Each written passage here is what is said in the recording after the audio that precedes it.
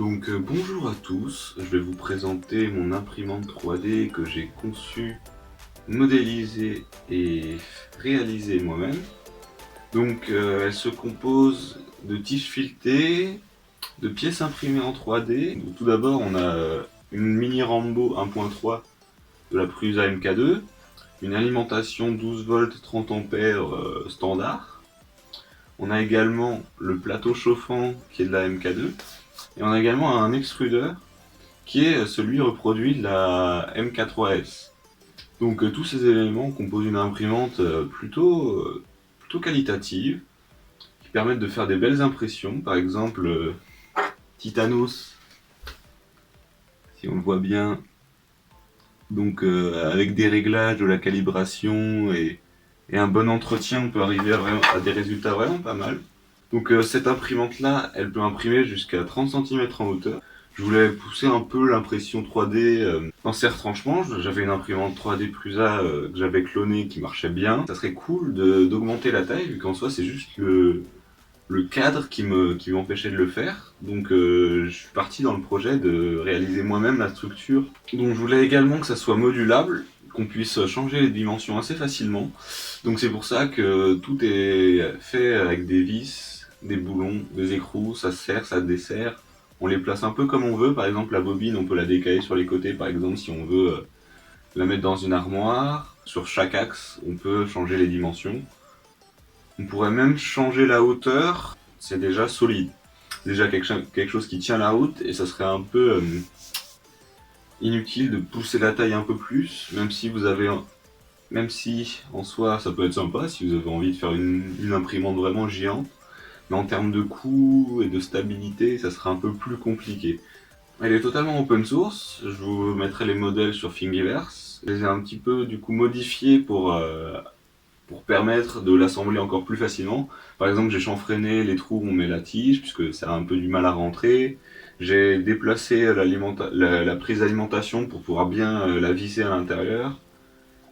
Les pièces imprimées de Prusa, par exemple, il y a totalement l'extrudeur, un petit peu le boîtier là, les blocs de fin de course, le boîtier d'écran, ce qui tient le moteur en Y, et également ça. Je vous mettrai également des vidéos. Même si en soi c'est assez simple, ça demande pas de compétences exceptionnelles, suffit d'être minutieux. Donc par exemple, pour calibrer en termes l'axe Z bien perpendiculaire à l'axe Y, on prend juste une équerre, on colle sur le plateau et on vient toucher les deux barres là, il faut que ça touche en même temps, donc là c'est bien calibré, pour ajuster ces deux tiges là par exemple. Et également pour le plateau, que l'axe Z soit bien perpendiculaire à l'axe Y, je vous montrerai des vidéos. Visser ces deux vis là, visser également l'arrière, le devant, également que ça soit bien parallèle. Donc c'est tous ces petits détails là, mis bout à bout, ça fait un montage qui n'est pas accessible forcément à tout le monde. Ça prend 5-6 heures. Également ce qui est modulaire, c'est le placement de l'écran et de ça, parce que c'est juste fixé sur des tiges filetées, donc là c'est juste sur deux vis, donc du coup celle-là on pourra le mettre sur le côté. Pareil, ça c'est un peu plus compliqué à déplacer, vu qu'avec les câbles qui sont bien faits justement, pour ça il n'y a aucun souci. On peut également augmenter les modules, par exemple cette tige là, on pourrait augmenter par exemple la taille de cette tige filetée, faire ressortir derrière pour en remettre une deuxième barre. Également celle-là on pourrait la supprimer, on pourrait la mettre plus derrière, on peut vraiment changer. C'est aussi une imprimante faite pour les gens qui sont pas très forts en modélisation 3D, mais qui ont un bon esprit de bricolage, quoi, qui ont les bonnes codes, qui se disent tiens ça serait sympa de faire ça, d'augmenter la taille de ça. C'est pour ça que je vous ai mis un modèle 3D que je me suis un petit peu embêté à faire, à modéliser pour vous montrer un peu, tester déjà les modifications sur le logiciel, voir comment ça rend. L'ajustement pour les axes est assez important.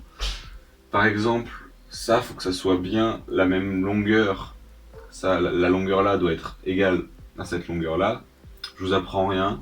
C'est un peu plus compliqué vu que du coup ça peut vraiment se déplacer dans tous les sens. J'avais peur qu'il y ait un problème de torsion. Donc c'est pour ça que j'ai mis deux barres. J'avais déjà fait un premier essai où justement c'était mal fait, que ça partait un peu dans tous les sens. Donc finalement, je me suis dit, bon, tant qu'à partir sur ça, on va mettre 6 tiges filetées pour relier la base à la hauteur, 2 tiges de 10 mm pour tout soutenir, des tiges en renfort un peu partout. Doubler également celle du plateau, donc de base il n'y a qu'une seule tige de 10 mm, là j'en ai mis 2. Donc parce que de base le système de plateau est repris de la Prusa MK2. Il marche bien, mais Prusa a préféré et a raison de passer sur un truc totalement fait avec des frames d'aluminium. C'est un peu plus compliqué à refaire soi-même, mais c'est tellement plus simple, ça bouge pas. Une fois que c'est fait, ça bouge pas. Et il n'y a pas de souci dans le temps, il n'y a pas de souci de calibration. Prusa, c'est un bloc. C'est pour ça que sur la MK3, ils sont passés sur un bloc d'aluminium et ils sont partis comme moi. Ils sont partis avec des imprimantes en tige filetée, la même Dell, je crois. Des trucs qui se font plus du tout, vu que c'est trop chiant à monter. Donc c'est un petit peu pour ça aussi que ce projet est sympathique à refaire, mais c'est pas forcément le plus optimal. Si vous avez envie d'une imprimante qui marche bien, qui est solide, qui tient, prenez une Prusa. Si vous n'avez pas le budget, prenez une Under 3, faites des petites modifs, réimprimez des pièces. Il y a la chaîne Esquisse Miniature qui parle très bien de cette imprimante. Elle tient dans le temps. Il n'y a pas besoin de beaucoup de modifications pour qu'elle soit vraiment une bonne imprimante. Celle-là, elle est plus dans le concept de créer soi-même son imprimante. Par exemple, le petit avantage que ce modèle-là a, c'est la hauteur. Elle monte jusqu'à 30 cm, donc on va comparer. Donc ces deux tiges-là, il y en a une de 30 cm pour cette imprimante-là, et une deuxième de 25 cm pour vous montrer la Under 3. Donc en soi, si on veut faire de belles figurines un peu plus grandes, celle-là est mieux, mais à 5 cm près, ça vaut pas tous les efforts si jamais vous voulez une imprimante simple, juste pour la faire vous-même. C'est vraiment fait pour être modulaire, c'est vraiment fait pour s'adresser à tous les gens qui ont envie de se fabriquer une imprimante 3D sans trop de modélisation, en ayant déjà une base saine. En tout cas, c'est une base saine, vu qu'elle est assez stable. Je vais vous montrer un petit essai. Donc d'abord, on va faire une mise à zéro de l'axe X. Donc là, il va accélérer de plus en plus pour vous montrer que ça bouge pas. Regardez par rapport à l'arrière-fond. La table est pas très stable, mais en soi, l'imprimante, elle bouge pas. Les axes y tiennent, il n'y a pas de souci. Là, ça augmente, ça accélère. Je crois que c'est l'avant-dernière vitesse, ça. Et voilà la dernière vitesse. Donc voilà, il n'y a pas de souci, ça tient. On va également faire la même chose pour le plateau. Donc si ça fait du bruit, que ça résonne un peu, c'est à cause de la caisse de résonance qu'il y a là, de la table en bois. Mais en soi, l'imprimante, si on la décolle, elle est vraiment presque aussi silencieuse qu'une Prusa normale. C'est vrai que les tiges en métal comme ça résonnent un petit peu plus, mais en soi, c'est pas trop problématique. Donc pourquoi j'ai voulu créer cette imprimante?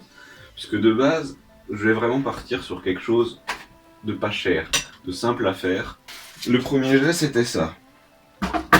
Donc, là, j'ai totalement démonté pour choper les moteurs, choper les tiges. Mais on est parti sur des tubes en PVC emboîtés les uns dans les autres, un extrudeur en aluminium Bondtech à 10€, une alimentation d'Xbox 360, une petite carte électronique de chez Dagoma qui vend en pièces détachées.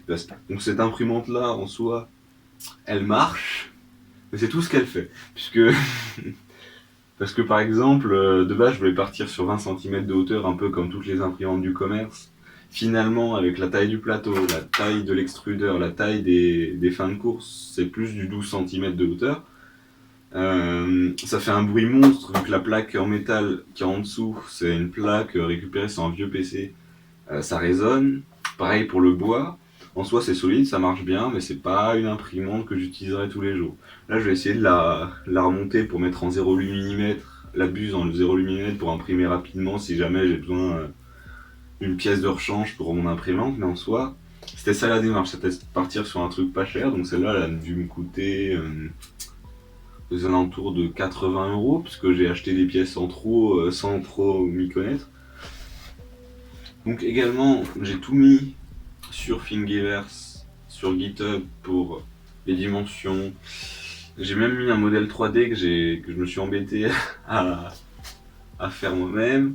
Ça sera pas forcément les dernières pièces, mais c'est pour vous montrer plutôt euh, comment elle est faite. Même si vous avez aucun logiciel de modélisation 3D, c'est du STL, ça peut se lire par Windows sans problème. C'est pour vous montrer si vous avez envie d'explorer l'imprimante un peu plus en profondeur par vous-même.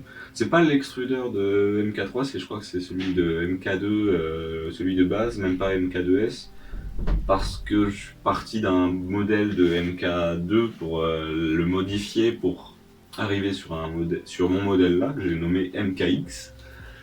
Si cette vidéo vous a plu, que vous avez envie de refaire ce modèle, n'hésitez surtout pas à me poser plein de questions, parce que j'ai jamais partagé de projet, donc j'ai mis ce que je pensais d'utile. Il y a peut-être des points importants que j'ai pas précisé de monter. Par exemple, le montage, il y a beaucoup de choses qui sont Prusa. Donc par exemple l'extrudeur, le câblage de la mini Rambo, l'écran, ces choses-là sont bien expliquées sur internet. C'est à la portée de tous, mais si on a des difficultés à comprendre, ça peut bloquer dans le projet. Et je veux vraiment que ce projet-là soit accessible à tout le monde. Je ferai sûrement une vidéo en anglais si je me motive bien. Abonnez-vous, mettez la cloche, soyez bienveillants les uns envers les autres. Salut!